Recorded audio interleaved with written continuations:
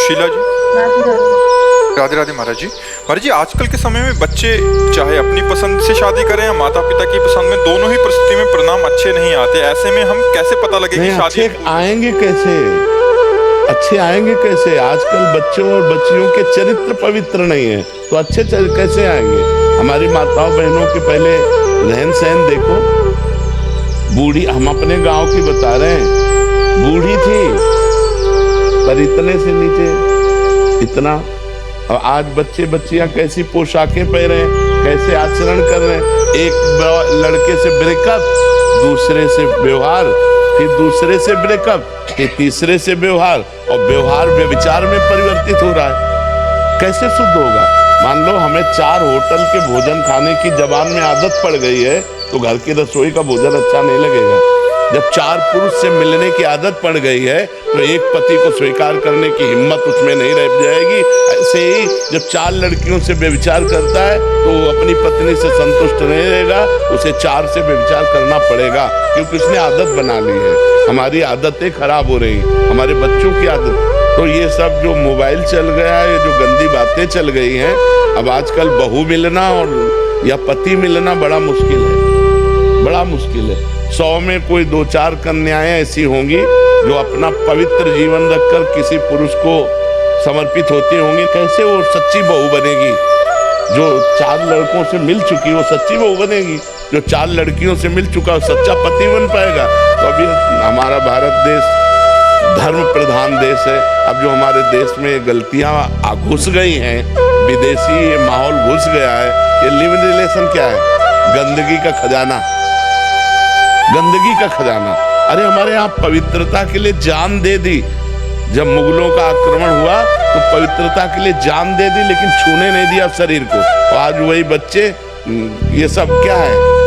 अपने पति के लिए प्राण देने की भावना हमारे देश में रही है कि हमारी जान चाहे चली जाए, मेरे पति का बाल बांका न हो। और यहाँ पतियों के साथ ऐसा व्यवहार हो रहा है। अपनी पत्नी को प्राण माना गया है, अर्धांगिनी माना गया है।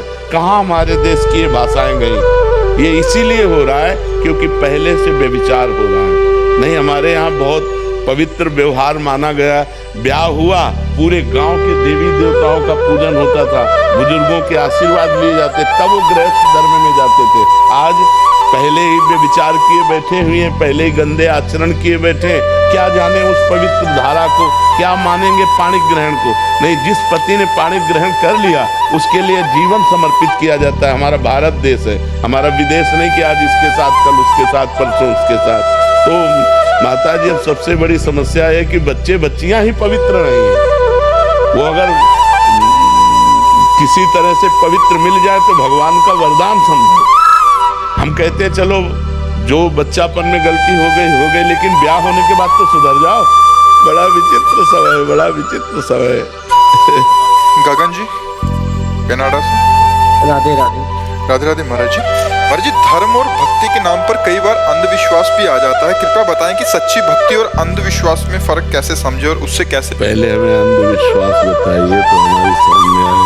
ये अंधविश्वास उनको कह रहे हैं, जैसे बहुत सारे जने ऐसे होते हैं कि यहाँ ये करा दो, यहाँ वो करा दो, और फिर उसमें उलझ जाते हैं लोग कि आपने अगर इसकी बलि नहीं दी या ऐसा नहीं किया, ये टोटका नहीं किया, तो वो अंधविश्वास, जिससे बहुत मान्यताओं का प्रचलन है हमारे जी। ऐसी नहीं, तस्मात् शास्त्रम प्रमाणम ते कार्याकार्य व्यवस्थितो।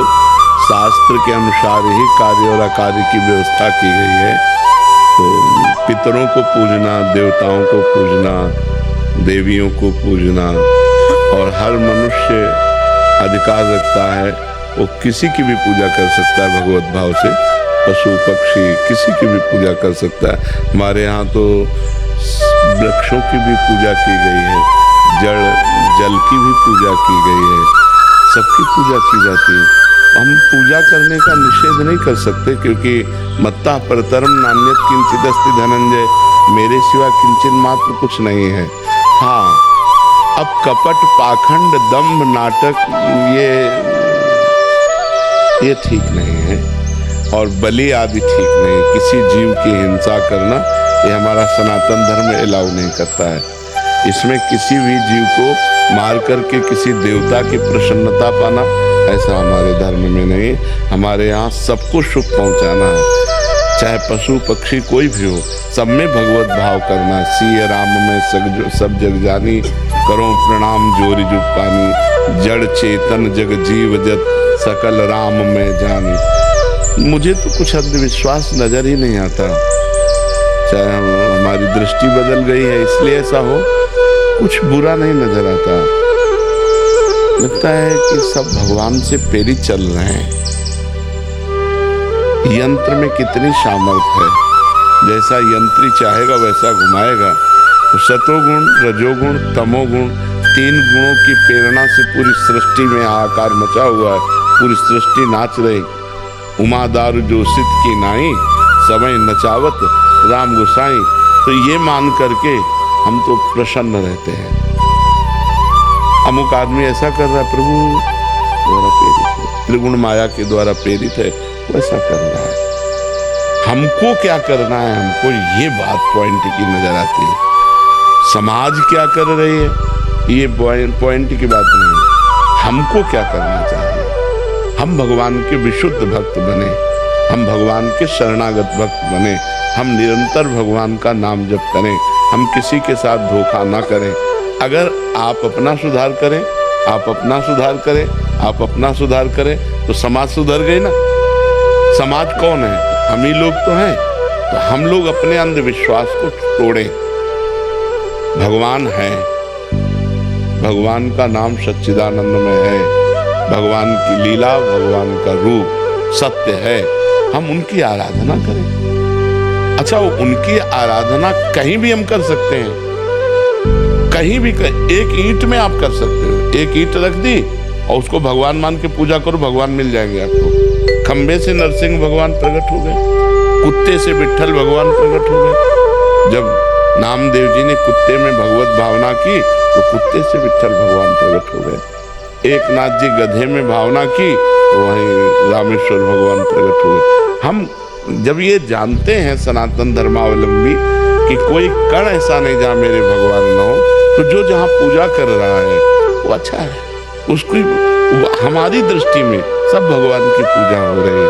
अब वो क्या भावना कर रहा है मेरे से मतलब नहीं। मेरी भावना शुद्ध है तो हमें अपनी भावना को देखना है। समाज की भावना क्या है वो हम तुम बदलना चाहें तो नहीं बदल सकते, हम अपनी अपनी भावनाएं बदलना चाहें तो बदल सकते हैं। हमारी ऐसी सोच है। क्यों?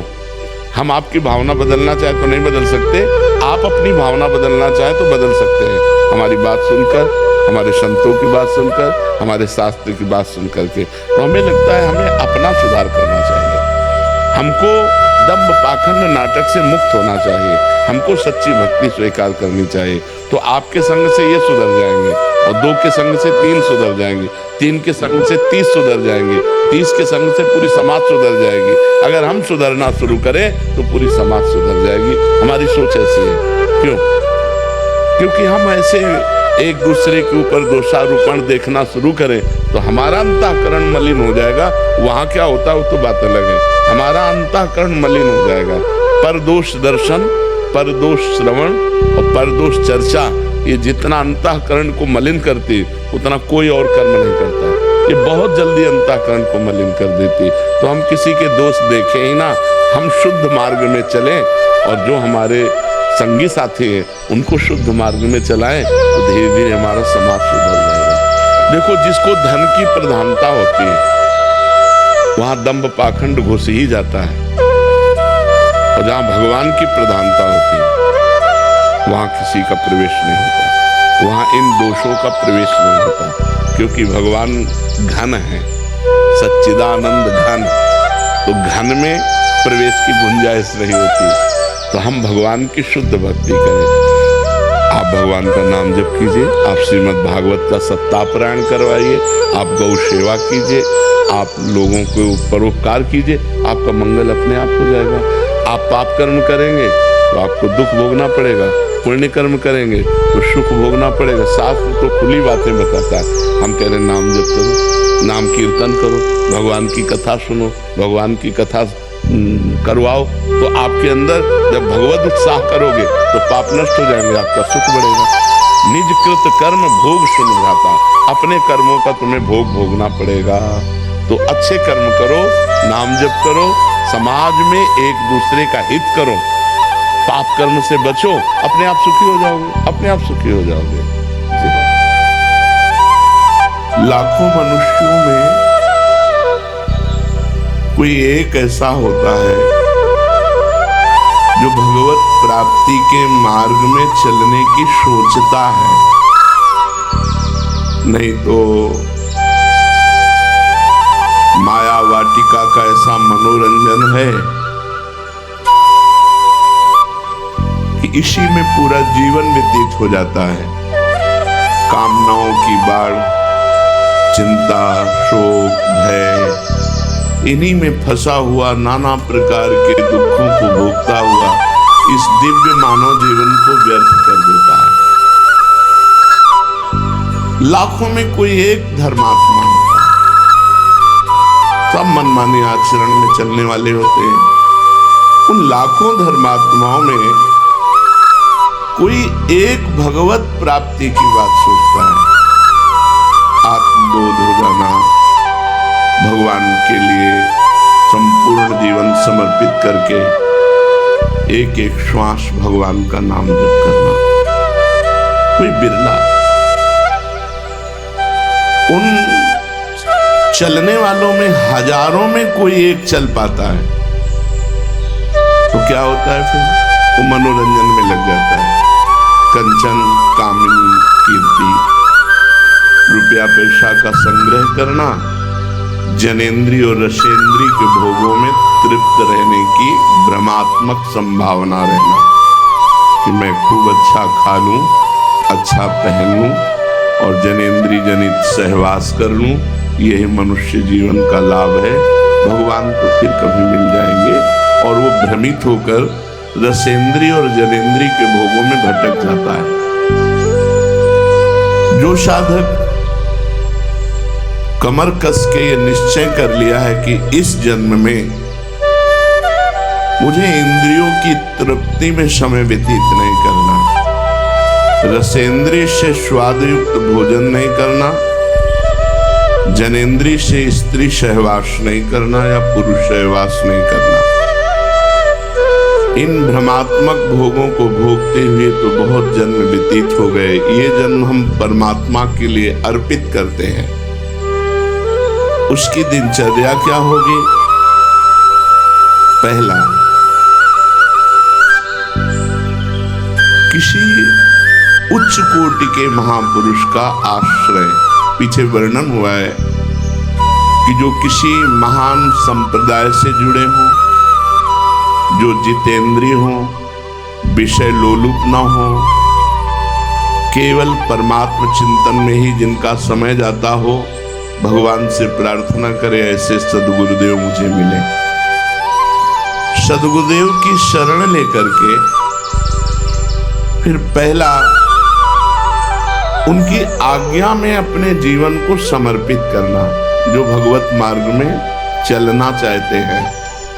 सद्गुरुदेव की शरण, उनकी आज्ञा में जीवन आज्ञा पे ये प्रश्न नहीं होता कि क्या आज्ञा।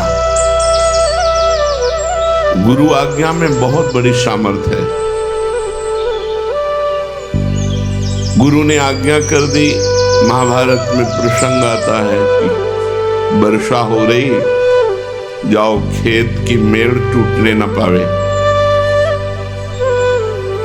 गए, बहुत संभालने की कोशिश की, मेड़ टूट गई। उसी मेड़ के स्थान में अपने शरीर को रख दिया। प्रातः काल हुआ, शिष्य वापस नहीं आए, गुरुदेव गए, आवाज लगाई, उनका गुरुदेव मैं यहां हूं। उनका बेटा तुम मेरी आज्ञा के लिए स्वयं मेड़ बन करके लेट गए। बोले गुरुदेव पानी संभल नहीं रहा था, और आपकी आज्ञा पालन करने में यदि हमारे प्राण भी चले जाए तो। उनका जाओ चारों वेद तुम्हारे हृदय में स्फुरित हो जाए। गुरु कृपा ही केवलम। हम साधन को निमित्त मानते हैं, कृपा को विशेष मानते हैं। गुरु कृपा से ही शिष्य का साधन संपूर्ण सिद्धावस्था तक पहुंचता है। अगर साधक अभिमान कर ले तो भ्रष्ट हो जाएगा, वो सिद्धावस्था तक नहीं पहुंच सकता। साधन की सिद्धावस्था गुरु की अधीनता है। जो सोचे कि हमने गुरु मंत्र ले लिया, गुरु से उपदेश ले लिया, गुरु की क्या आवश्यकता है, अब तो हम साधना करें, साधना करके भगवत प्राप्ति कर ले, असंभव। पीछे चर्चा में कहा गया था जैसे जल के संयोग से कमल पुष्ट होता है और जब सूर्य उदय होता है तो खिल जाता है। सूर्य है गुरुदेव और जल का संयोग है उनकी आज्ञा और हम हैं कमल। अगर हम उनकी आज्ञा के संयोग में बने रहे तो उनके प्रकाश से हम खिल जाएंगे, हम भगवत आनंद में डूब जाएंगे। और यदि गुरुदेव की आज्ञा रूपी जल संग का त्याग कर दे तो उसी तेज से वो कमल भस्म हो जाएगा। जो गुरु की अवज्ञा कर देगा उसकी साधना कितनी भी उच्च कोटि की हो, वो कभी सिद्ध पुरुष नहीं हो सकता, कभी भगवत साक्षात्कार नहीं कर सकता, कभी आनंद का अनुभव नहीं कर सकता। इसलिए गुरुदेव की अधीनता, उनके वाक्य को ही वेद वाक्य मानना। ध्यान मूलम गुरु मूर्ति, पूजा मूलम गुरु पदम, मंत्र मूलम गुरु वाक्यम, मोक्ष मूलम गुरु कृपा। मंत्र का मूल गुरु के वाक्य और मोक्ष का मूल गुरु की कृपा है। गुरुदेव मनुष्य हैं ऐसा अधम साधक मानता है, गुरुदेव अच्छे संत हैं ये मध्यम साधक मानता है। और गुरुर् ब्रह्मा गुरुर्विष्णु गुरुर्देव महेश्वरा, गुरु साक्षात परब्रह्म तस्मै श्री गुरुवे नमः, ये उत्तम साधक का लक्षण है कि जो परब्रह्म सामने हमारे बैठे हुए हैं, हमें और कोई अनुभूति नहीं करनी, हमारे गुरुदेव परब्रह्म है, उनके वाक्य ही वेद है, उनकी आज्ञा का पालन ही साधना है और उनकी प्रसन्नता ही सिद्धावस्था है। अब उस साधक को अपनी दिनचर्या बनानी चाहिए। नित्य स्वाध्याय होना चाहिए।